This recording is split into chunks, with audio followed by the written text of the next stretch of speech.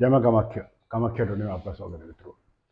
आज हम जो चर्चा करेंगे कि जातक की जन्म कुंडली में जातक को कब घर मिलता है या घर का सुख उसको कहाँ से देखें कि उसके भाग्य में उसको घर है कि नहीं, इस पे है। किसी भी जातक की जन्म कुंडली में घर का सुख देखने के लिए मुख्यतः हम चतुर्थ स्थान को, कुंडली के चौथे भाव को देखा जाता है या देखते हैं। फिर गुरु, शुक्र और चंद्रमा के बलाबल का भी विचार प्रमुखता से किया जाता है। इनमें से गुरु, शुक्र और चंद्रमा कितना बलशाली है। जब जब मूल राशि स्वामी या चंद्रमा से गुरु, शुक्र या चतुर्थ स्थान पर या स्थान के स्वामी का शुभ योग होता है, तब तब घर खरीदने या नव निर्माण या मूल्यवान वस्तुओं को खरीदने का योग बनता है। व्यक्ति के जीवन किसी भी व्यक्ति के जीवन का पुरुषार्थ, पराक्रम एवं अस्तित्व की पहचान उसके निजी मकान से है। महंगाई और आबादी के अनुरूप हर व्यक्ति को मकान मिले, ये संभव तो है नहीं। आधी से ज्यादा दुनिया किराए के मकानों में रह रही है या रहती है। कुछ किराएदार जबरदस्ती मकान के मालिक बनकर बैठ जाते हैं या बन के बैठे हुए हैं। कुछ लोगों को मकान हर दृष्टि से फलदायी भी होता है और कुछ को नहीं। कोई टूटे फूटे हुए मकानों में रहता है, कोई आलीशान बंगले का स्वामी है। सुख दुख के अनेक पहलुओं पर मकान एक परामर्श पर आवश्यक बन गई है, आवश्यकता बन गई है। जन्म पत्री में भूमि का कारक, जो जन्म पत्री में भूमि का कारक ग्रह मंगल है या मंगल होता है। जन्म पत्री का जो चतुर्थ भाव या चौथा भाव भूमि व मकान से संबंधित है। चतुर्थ का या चतुर्थेश का उच्च का होना या मूल त्रिकोण या स्वग्रही उच्च भी उच्चाभिलाषी मित्र क्षेत्री शुभ ग्रहों से युक्त हो या शुभ ग्रहों से दृष्ट हो तो अवश्य ही मकान का सुख मिलता है। साथ ही मंगल की स्थिति का सुदृढ़ होना भी आवश्यक है। कुंडली में मंगल की स्थिति मजबूत स्थिति में हो, यह भी जरूरी है। और चतुर्थ भाव का अध्ययन ही पर्याप्त नहीं है मकान का सुख देखने के लिए। किसी कुंडली का सिर्फ चौथे भाव को ही हम देखें या उसी का अध्ययन करें, ये जरूरी नहीं है। भवन सुख के लिए लग्न और लग्नेश का बल का होना भी अनिवार्य है। इसके साथ ही दशमेश, नौमेश और लाभेश का सहयोग भी जरूरी होता है। अब जो स्व अर्जित खुद के द्वारा बनाया हुआ भवन का सुख निष्पत्ति लग्नेश चतुर्थ स्थान में और चतुर्थेश लगन में हो तो यह योग बनता है। अर्थात लग्नेश चौथे भाव में हो और चौथे भाव का स्वामी लग्न में बैठा हो तो स्वयं का अर्जित भवन का सुख उसको मिलता है। परिणाम होता है कि इस योग में जन्म लेने वाला जातक अपने पराक्रम व पुरुषार्थ से अपने स्वयं अपने बल पर मकान को बना लेता है या भवन का निर्माण कर पाता है। उत्तम ग्रह योग कौन से होते हैं कुंडली के अंदर? चतुर्थेश किसी शुभ ग्रह के साथ युक्ति करे, केंद्र त्रिकोण 1 4 7 9 10 में हो तो यह योग निर्माण करता है या इस योग का निर्माण होता है। ऐसे व्यक्ति को अपनी मेहनत से कमाए रुपए या से मकान प्राप्त होता है। मकान के सभी सुख सुविधाएं भी उसको मिलता है या सभी सुख सुविधाओं से युक्त उसको मकान मिलता है। अब कुछ लोगों को अकस्मात घर प्राप्ति की योग बनते हैं, अचानक घर मिल जाए। चतुर्थेश और लग्नेश दोनों चतुर्थ भाव में हो, कहने का मतलब ये है कि लग्न का स्वामी और चतुर्थेश दोनों ही चतुर्थ भाव में हो तो यह योग बनता है। इसके परिणाम स्वरूप अचानक घर की प्राप्ति होती है।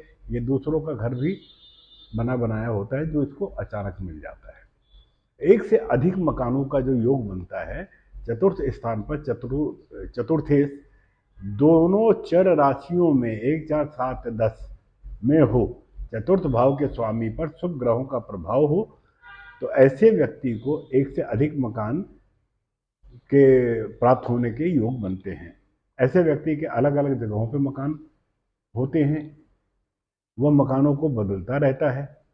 वाहन, मकान और नौकर का सुख नौ में दूसरे भाव में हो, द्वितीय नौवें भाव में हो, दोनों का परस्पर स्थान का परिवर्तन करने से यह योग निमित्त होता है। परिणाम स्वरूप इस योग में जन्मे जातक का भाग्य उदय 12वें वर्ष में होता है और 32वें वर्ष के बाद जातक को वाहन का सुख, मकान का सुख और नौकर चाकर का सुख प्राप्त होता है। मित्रों, बड़े घर का या बंगले का योग कैसे निमित्त होता है? चतुर्थ भाव में यदि चंद्रमा और शुक्र हो, अर्थात चतुर्थ भाव में कोई उच्च राशि का ग्रह हो तो यह योग बनता है। इसके योग बनने के परिणाम स्वरूप ऐसे जातक बड़े बंगले या महलों का स्वामी होता है। घर के बाहर बगीचा, जलाशय, सुंदर कलात्मक ढंग से मकान या भवन बना होता है। अब कुछ लोगों को बिना प्रयत्न के प्राप्ति के योग बनते हैं। वो कैसे बनते हैं साहब? वो ऐसे बनते हैं कि लग्नेश और सप्तमेश लग्न में हो, लग्न का स्वामी और सातवें भाव का स्वामी अगर लग्न में हो तो चतुर्थ भाव पर गुरु, शुक्र या चंद्रमा का प्रभाव हो।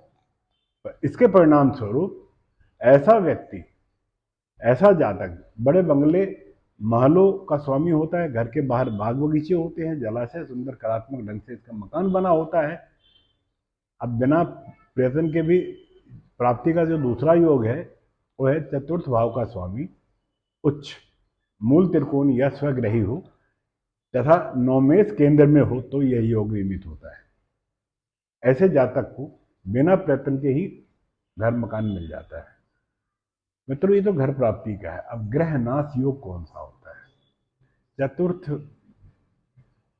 चतुर्थेश के नौमास का स्वामी 12वें में चला जाए तो यह दोष निमित्त होता है, यह दोष बनता है।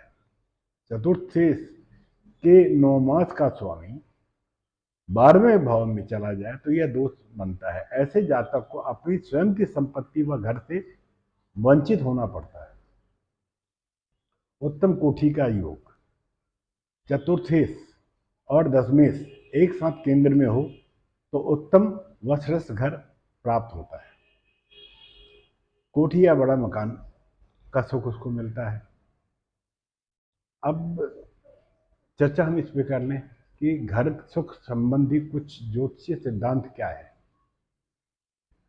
अब चर्चा हम उस बात पे कर रहे हैं कि घर के सुखों में से संबंधित कुछ मुख्य ज्योतिषीय सिद्धांत क्या है। चतुर्थ स्थान में शुभ ग्रह हो तो घर का सुख उत्तम रहता है। चंद्रमा से चतुर्थ में शुभ ग्रह होने पर घर संबंधित शुभ फल मिलते हैं। चतुर्थ स्थान पर गुरु शुक्र की दृष्टि उच्च कोटि का ग्रह सुख दिलाता है। चतुर्थ स्थान का स्वामी छठे, 8वें, 12वें स्थान में हो तो गृह निर्माण में बाधाएं आती हैं। उसी तरह छठे, 8वें और 12वें भाव के स्वामी चतुर्थ स्थान में हो तो गृह सुख से बाधित हो जाता है। चतुर्थ स्थान पर यह चतुर्थ स्थान का मंगल घर में आग से दुर्घटना के संकेत को देता है। घर में अशांति का माहौल भी बना के रखता है। चतुर्थ में शनि हो और शनि की राशि में हो या दृष्टि हो तो घर में सीलन, बीमारी व अशांति बना के रखता है। चतुर्थ स्थान का केतु घर में उदासीनता भर देता है। चतुर्थ स्थान में अगर राहु मानसिक शांति, अशांति, पीड़ा, चोरी आदि का भय देता है। चतुर्थ स्थान का अधिपति यदि राहु से अशुभ योग करे तो घर खरीदते समय या बेचते समय धोखा होने का संकेत मान लें, संकेत समझे इसको। चतुर्थ स्थान पर पाप ग्रहों के योग घर में दुर्घटना, विस्फोट आदि के योग बनाता है। चतुर्थ स्थान का अधिपति 1, 4, 9, 10 में होने पर गृह सौख्य उच्च कोटि का मिलता है। मित्रों, इसी तरह पति पत्नी या घर के जिस सदस्य की कुंडली में गृह सौख्य के शुभ योग बन रहे हों उनके नाम से घर खरीद कर कई परेशानियों से आप बच सकते हैं। गुरु का योग घर बनाने वाले कारकों से होता है तो रहने के लिए घर बनता है। शनि का योग जब भी बनता है घर बनाने वाले कारकों से होता है, कार्य करने के लिए घर बनाने का योग हो तो व्यवसायिक स्थान का निर्माण, यह स्थान निमित्त होता है। बुध किराए के लिए बनाए जाने वाले घरों की सूची को बनाता है। तो मंगल कारखाने, डॉक्टरों के स्थान आदि के लिए अपनी जगह अपनी तरह से ये बल देता है, लेकिन घर बनाने के लिए मुख्य कारक शुक्र का अपना बल देना भी मुख्य माना गया है। घर का आरंभ हमेशा शुक्ल पक्ष में करना चाहिए। घर बनाने का आरंभ हमेशा शुक्ल पक्ष में करना चाहिए। फागुन, बैसाख, माघ, श्रावण और कार्तिक माहों में शुरू किया गया हुआ गृह निर्माण उत्तम फल देता है। मित्रों, आज की चर्चा को मैं यहीं विराम देता हूं। आशा करता हूं कि ये वीडियो आपको अच्छा जानकारी, वीडियो के माध्यम से आप तक जानकारी अच्छी पहुंची होगी। अगले विषय पे, अगले वीडियो में नए विषय के साथ आपके सम्मुख उपस्थित होता हूं। तब तक के लिए जय माता, जय माई।